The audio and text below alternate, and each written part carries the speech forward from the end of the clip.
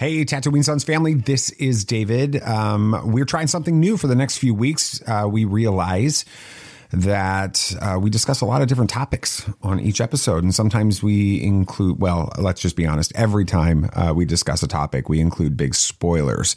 And so lots of you have mentioned to us in the past that you've had to skip episodes or wait to listen to episodes until you've watched a particular movie or TV series that we discuss in that show. And we don't want you to miss out on all of the other conversations on the show because you're worried about being spoiled in just one segment of it. So what we're doing is we are releasing each of our main topics in smaller individual sized episodes that last, in most cases about 10 to 15 minutes each. And today's episode is the discussion that Samuel the Hutt led on our big episode about Shuri's faith journey in Black Panther, Wakanda Forever.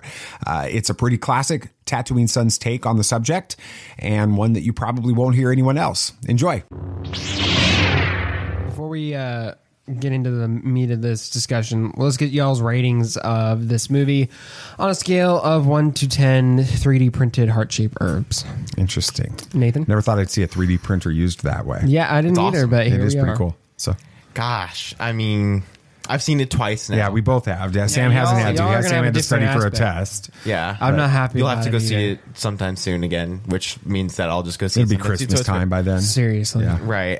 But gosh, I mean, I loved the length of this movie as well. I loved how they took time. Apparently there's a longer cut of it that was just like Release the long cut. the director's cut that was just like Ryan Coogler was just talking about it. So Release yeah, give the that to me. Coogler cut. Release the Coogler cut. Yes. But I don't, I'd an 8, even though there wasn't much wrong with it. I feel like a couple points just kind of fell flat. I feel like some of the Talokans just fell a little off. Yeah. Not Namor, but just some of the Talokans. Yeah. The scene where Shuri's visiting Talokan, that just feels a little off. That I Yeah. fell asleep the first time for did, just a and few you almost minutes, fell asleep and again. I almost fell When asleep I the think second back to the time. It's movie, just- that's the one scene that I'm like, off I could have about- done yeah, without that. I mean, when she goes into the suit and visits the city, I mean, the rest of it, her being So for us, this is Right. the Canto Bite sequence. Yeah. You just can do yeah, I without. guess. I mean, not that it was like horrible and ruined the movie. It did play later into the movie, and it's good. I mean, it was necessary. It just felt a little off. Okay. But yeah. I'm going to give it oh my gosh, I'm going to give it an 8.5. Oh, wow. And the reason I'm going to do that is because I think that how many MCU movies have there been? 30 now? Jeez, I don't know. There've been a lot. Let's just guess it's roughly about 30. I think like 27 or something. Yeah, roughly almost 30 movies with it. This was the absolute perfect opening to this movie. That don't sound right. What? It says Marvel movies in order. How to watch all 39 MCU movies. No. And Maybe series, including and series and series. Okay. Okay, I was like, no. So back to my point. I think it was the absolute perfect opening to this movie and the absolute perfect close Right. to this movie. And there was a lot of really amazing things that happened in the middle. I would probably put everything in the middle at like a 7. But the opening and the closing were so phenomenal that it elevates the whole show, 100%, or the whole movie way up to almost. I mean, those were a 10 on both ends of it. So Yeah, I mean, you about perfectly summed up my thoughts on it. I was going to give it an 8.5 as well, just because there were moments in the show or in the movie and things that it dealt with and scenes that happened that elevated the whole. Not that there was anything that was like bad about it, but without those scenes, it would have fell within. it would have been like that was a fun MCU. It would have felt like every other MCU movie at this point. But it had those moments to really elevate it. And, an 8.5 is almost a little lower than I'd probably maybe thinking it. I got to go see it again, though. But yeah, let's get into the actual discussion. So first off, the movie, well, I mean, there's this idea that Shuri is like praying to this deity that she doesn't believe in. It's sort of like a last resort, right? She's a scientist. Her faith has always just kind of been a cultural thing. It's like, yeah, it's just what you do around here. But she never really had any real genuine faith into it, but she still feels like this need to pray to this deity in hopes that T'Challa won't die, right? But what do you guys think about them opening the movie with this very moment? I feel like it was a necessary way to open it, but it was difficult. I mean, it started and you just are sitting there and right along with Shuri, you just feel helpless because we all know the outcome of what's going to happen. And she even knew probably what was going to happen at that point. And it just was like, it was hard to watch. It was definitely difficult. And just, you related to Shuri in this moment because you knew what she was going through. Yeah, I think that, like I said, it's the perfect opening to this movie. And that opening line for me, watching it as a person of faith, but also as someone who's lived a lot more life than you two and have prayed prayers like that. This reminded me a lot of prayers I prayed all the way back 17, almost 18 years ago now for my father. And prayers of just absolute desperation. And God, if you're there, if you hear me, please heal him. And so that opening line just really grabbed me with this because I've been there and I've felt that. And I've had those moments where I don't know if I really believe, but I'm still going to pray with it. And so I also think that it was really genius on behalf of everyone that was involved, Ryan Coogler and everyone involved in writing this story, we had always kind of predicted that T'Challa was going to die in some big battle at the opening. Right. That's what we thought. Yeah. For them to make this a disease, an illness of some sort, makes the reality of Chadwick Boseman's loss real in this story. And it also makes it so, yes, he's a superhero with supernatural abilities and supernatural strength, and yet he's still mortal. And something as simple as a disease, it makes it so relatable because, I mean, BB Nate, you and I right now are wearing, Avs Stanley Cup champion stuff. Peter McNabb, the long time from the very beginning of since 1996, he's been the color guy for the TV broadcast, and he died of cancer just a couple of weeks ago. And my father died of cancer. People we know die of cancer all the time. Kevin Conroy just passed from cancer, and so it makes that moment so relatable for everybody. And I think that it was brilliant. Yeah, and in doing so, we're mourning in almost the exact same way Absolutely. that everybody else in the film is. Obviously not to the same extent. I mean, Shuri was his sister and all. Yeah, that, and not even as to the extent of the actors and the people involved. But we can better relate to it. Absolutely. And again, it helps us relate because we have all experienced that. A superhero in some way. battling another superhero and being killed through that. We don't relate to that, but somebody passing from a disease and that hopelessness that Shuri feels, like I can't do anything and I'm trying so desperately to find some kind of solution and I can't, and all I can do is just pray to a deity I don't even know if I believe in to try to heal him. That's something that everyone watching this movie, I think, can relate to. Yeah, I mean, they've got all the most advanced technology and medicine in the world, and it still didn't fix it. Yeah. But, when T'Challa eventually does pass, Shuri kind of sees that as a confirmation of what she already believed. I don't know if she ever explicitly stated it, but there is no God. I mean, she obviously didn't really believe in it very much before, and then her desperate prayer fell on deaf ears. So she ends up just disconnecting from the mourning process. That's what Ramonda was talking to her about and trying to get her to finally let go. And she gives up on creating that synthetic version of the heart-shaped herb that we saw at the beginning, even though her mom still pushes her to do it. She's kind of just lost any of her purpose, right? She puts her efforts into creating like a substitute protector called the Midnight Angel, which looked cool. Don't get me wrong. Yeah, but that wasn't her mission, her goal. But Nate, do you kind of see any similarities between this and Matt in Daredevil? Definitely. I mean, especially season 3 Daredevil, after Elektra dies and all of that, he just lost his faith and was like, there's no point. I mean, so his only goal was to enact vengeance or just not live. And so, I mean, Elektra died, Kingpin got out, crime was rampant. I mean, everything was just gone. And so, I mean, there were whole moments, especially in that first episode of season 3 of Daredevil, when he suits up again and he goes out and tries to fight those people, and then he eventually just is like wanting them to kill him, right? And he says, I'm sorry, God, and that's it. And but he still is alive, and he's like, he won't even let me die, and it's horrible. But I definitely see similarities between Shuri. She just kind of focused on, like what you said, just building that Midnight Angel and her work and science and all that stuff, just to keep her mind off of something. But when she ever encountered, like she said, whenever she thought too long about her brother, she wanted to burn the world and everyone in it. And so it was difficult. I think that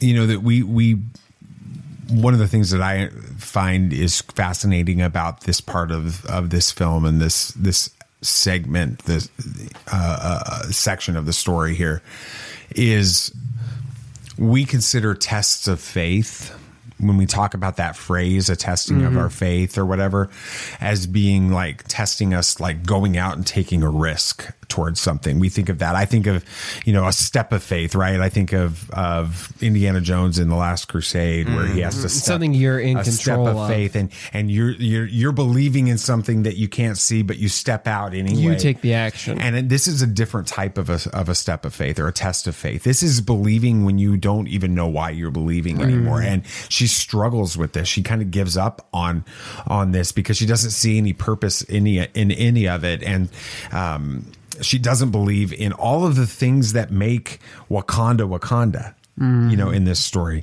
And I find that, again, very relatable for when we go through struggles and things that happen in our lives that we can't explain, or that hurt so much, like this hurts her, this character. We want to give up and just kind of move on and not focus on it anymore, and walk away from our who we are and that kind of thing. So then later on in the movie, Ramonda is killed by Namor, and once again Shuri is consumed with creating a synthetic version of the heart-shaped herb, right? Like how she was when T'Challa died, but this time it's so she can avenge, not protect. And so when she eventually does take the heart-shaped herb, instead of meeting her mother in the ancestral plane, she meets Killmonger. He exposed. Just real quick though, what was your reaction? I was shocked when they come around there and you see Michael B. Jordan sitting. I was just like, no way.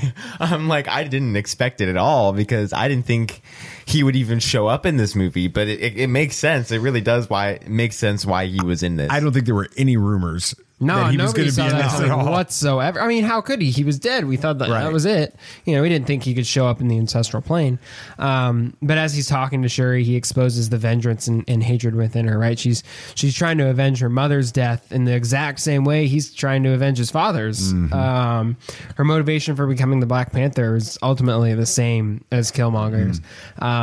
So in the end, she kind of fails to accept that the eternal ancestral plane is true, because it wasn't what she expected. It wasn't what she was always told. Yeah, she comes back and she's like, it didn't work. Right. She just denies it, because why would that? It was easier to deny it than accept the actual truth. But she knew it was true. Now, this may just be a misunderstanding on my part, but why did she meet Killmonger and not her mother? Because if you watch the scene, he says, he's like, you chose me. And she ultimately did, because she wasn't there she wanted to meet her mother, see her mother again, or she wanted to see T'Challa again. But ultimately, in her heart, she was aligning with Killmonger and what his mission was.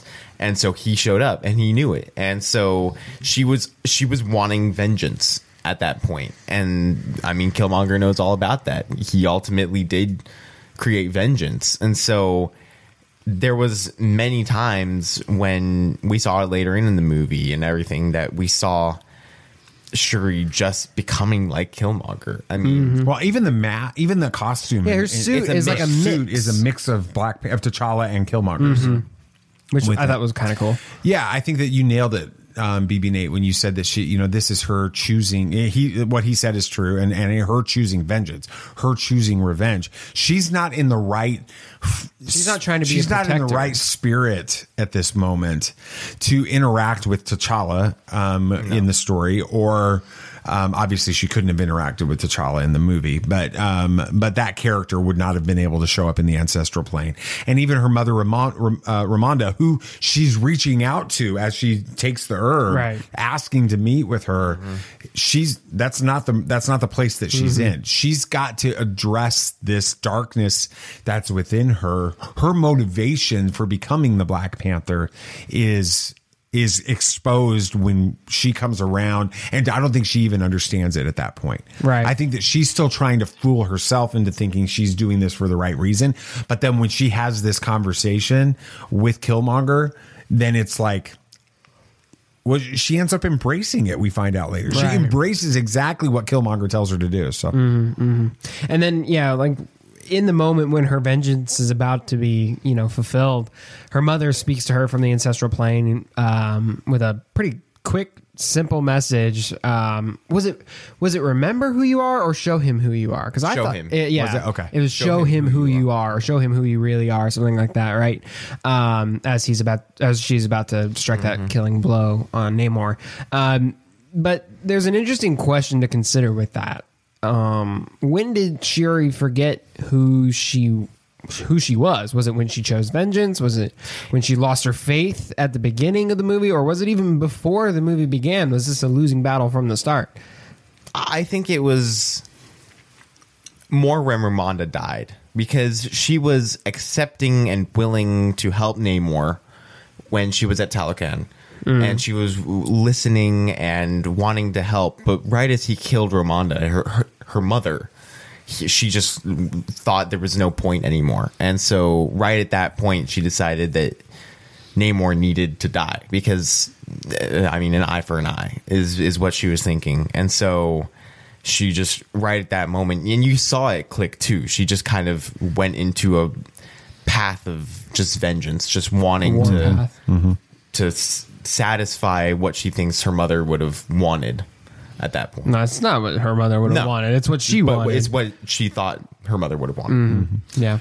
I think it's an interesting question. And I kind of, from my perspective, feel like, how do I say this? Because it's going to come across wrong, and then I'll have to kind of clarify it.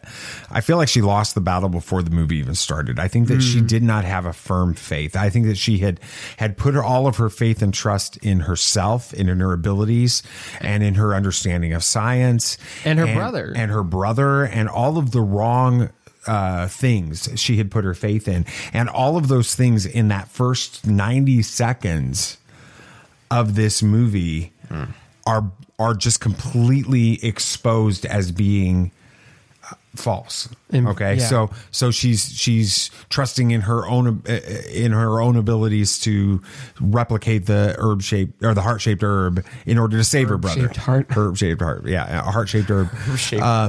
I love how they say herb. They really enunciate the H. Yeah, they do. I think she's trying to do that. That doesn't work. So her faith and trust in herself and in science is eliminated. And then T'Challa dies, and her faith and trust in her brother as Black Panther is ripped from her. And then you go back to the opening line again, and she's putting her faith and trust in a deity. But I think that for me, this exposes a false deity in her mind. He can't save. And I think that it kind of goes against what I talked about before, where, we all go through this battle at some point in our lives with trust and faith. But I do think that there's an element of that as well. What I think that the story does throughout is it also shows that this testing of her faith allows her to come through on the other end stronger in her belief. But I think that she lost the battle before it even started. Yeah, I'm right there with you. I think that was when you said she didn't have a good foundation to start with is what I was thinking. So yeah. Well, Wakanda Forever has quickly cemented itself as one of my favorite movies in the MCU. Not because it was super cool or had tons of fan service, although there were some cool moments. It's because it dealt with some deep and real themes that we all experience in a great way. Yeah. We start every full episode explaining that pop culture is the mythology of this generation that speaks to something written on our souls. And Shuri's story in Wakanda Forever is a perfect example of this. All of us have been touched by the death of someone we love. And it's so hard to go through. And lots of times it causes us to question everything we believe in and even lose ourselves in the process. And this film, I think, hits even harder because everyone involved in it was dealing with this in a real world way because of the loss of Chadwick Boseman. Thank you for checking out this short segment from our full Tatooine Sons episode this week. I really do hope you check out the rest of the episode where we discussed Kino Loy's powerful speech from Andor episode 10, One Way Out, and the legacy of Kevin Conroy in the Batman animated series. And then be sure to follow us on all of our socials at Tatooine Sons. That's SONS with that. And as always, may the force be with you.